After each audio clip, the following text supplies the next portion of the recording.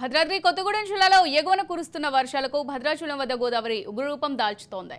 4 రోజులుగా వరద ప్రవాహం పెరుగుతూ వచ్చింది. ఇక రెండో ప్రమాద హెచ్చరిక దాటి తుది దశ హెచ్చరిక దిశగా ఉధృతి పెరుగుతూ వస్తుంది. భద్రాచలంలో ప్రస్తుత నీటి మట్టంపై మరింత సమాచారం మా ప్రతినిధి నవీన్ అందిస్తారు. వారం రోజులుగా కురుస్తున్నటువంటి భారీ వర్షాలకు ఇటు భద్రాద్రి కొత్తగూడెం జిల్లాలో అనేక ప్రాజెక్టులు అదేవిధంగా వాగులు వంకలు అంటే నీటితోటి నిండి జలకళ కనిపిస్తున్న పరిస్థితి ఉంది. ఇప్పుడు మనం భద్రాద్రి కొత్తగూడెం జిల్లా భద్రాచలంలో గోదావరి వద్ద ఉన్నాం. గోదావరి వద్ద గత 4 రోజులుగా కూడా క్రమంగా గోదావరి పెరుగుతూ అంటే నిన్న మధ్యాహ్నం 2 గంటల ప్రాంతంలో రెండవ ప్రమాద హెచ్చరికను అయితే అధికారులు జారీ చేసిన పరిస్థితి ఉంది.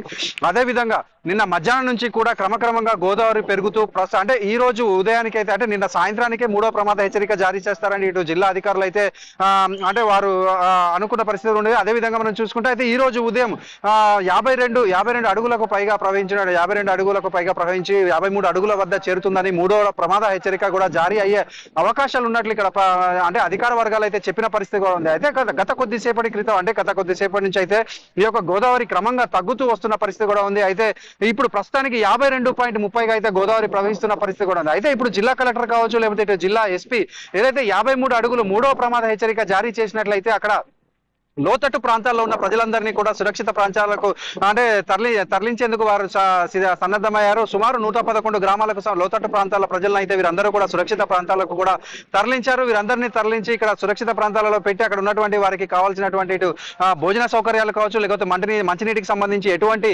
ఆటంకాలు ఎదురవ్వకుండా చూడాలని ఇటు అధికారులు అంటే సంబంధిత అధికారులందరినీ కూడా వీరు ఆదేశించిన పరిస్థితి కూడా ఉంది. అదేవిధంగా మనం చూసుకుంటే ఇటు జిల్లా మంత్రులు అయినటువంటి ఇటు పొంగులేటి శ్రీనివాస్ రెడ్డి కావచ్చు లేకపోతే తుమ్మల నాగేశ్వరరావు ఇప్పటికే జిల్లాలో పర్యటించారు. నిన్న మనం చూసుకుంటే ఏదైతే అశ్వారావుపేట నియోజకవర్గానికి సంబంధించి పెద్దవాగు పొంగి అక్కడ ఉన్నటువంటి 3 గంటలు పడి అక్కడ ఉన్నటువంటి లోతట్టు ప్రాంత ప్రజలందరూ కూడా నిర్వాసితులు అయిన నేపథ్యంలో అక్కడ ప్రతి ఇంటికి కూడా ఆయన ప్రత్యక్షంగా వారందరినీ బాధితులందరినీ కూడా అంటే పరామర్శించే పరిస్థితి కూడా ఉంది. ఏదైతే నిర్వాసితులైన వారందరికీ కూడా డబుల్ బెడ్రూమ్ ఇల్లు కేటాయిస్తామంటూ అదేవిధంగా ఏదైతే అనేక ఎకరాలలో కూడా ఈ యొక్క పొలాలలోకి వరద నీరు చేరడంతో ఇసుక మేటలేయడంతో అక్కడ నష్టపోయిన రైతులందరికీ కూడా ప్రభుత్వం తరపున నష్టపరిహారం అందిస్తామంటే పొంగులేటి శ్రీనివాసరెడ్డి చెప్పిన పరిస్థితి కూడా ఉంది. అదేవిధంగా నిన్న ఇక్కడ భద్రాచలం గోదావరి పెరుగుతుంది అన్న సమాచారంతో ఇక్కడ పర్యటించినటువంటి పొంగులేటి శ్రీనివాసరెడ్డి సబ్ కలెక్టర్ కార్యాలయంలో అధికారులతో సమీక్షా సమావేశం నిర్వహించారు.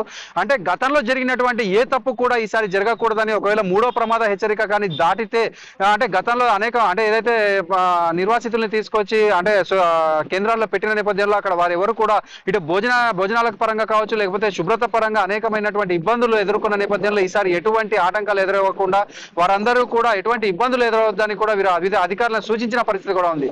అయితే ప్రస్తుతం గోదావరి 53 అడుగులకు అంటే ఏదైతే ఎగువ ప్రాంతాల్లో వర్షాలు తగ్గడం కావచ్చు లేకపోతే ఎగువ ప్రాంతాల్లో నీటి యొక్క అంటే ప్రవాహం తగ్గడంతో గోదావరి అయితే క్రమేపీ తగ్గుతూ వస్తున్న పరిస్థితి కూడా ఉంది. అంటే గత 4 రోజుల నుంచి గంటకు పెరుగుతూ వస్తున్న గోదావరి గత కొద్దిసేపటి నుంచి అయితే తగ్గుముఖం పట్టిన పరిస్థితి కూడా ఉంది. దీంతో ఇటు అధికారులు కావచ్చు లోతట్టు ప్రాంతాల్లో ఉన్న ప్రజలందరూ కూడా వీరు అంటే ఊపిరి పీల్చుకుంటున్న పరిస్థితి కూడా ఉంది. ఎందుకంటే ఒకవేళ 53 దాటితే మాత్రం అనేక ప్రాంతాలు మునిగిపోయే ప్రమాదం ఉంది. అదేవిధంగా అనేక గ్రామాలకు రాకపోకలు కూడా స్తంభించే అవకాశం ఉండటంతో ఇప్పుడు గోదావరి తగ్గుతుండటంతో వీరందరూ కూడా ఊపిరి తెచ్చుకునే పరిస్థితి ఉంది. అయితే ఇప్పటికీ కూడా ఏదైతే 52 అడుగులతోటి ప్రవహిస్తున్నటువంటి గోదావరి తోటి ఇటు చర్ల దుమ్ముగూడెం ప్రాంతాల్లో అనేక ప్రాంతాలకు అయితే రవాణా నిలిచిపోయింది.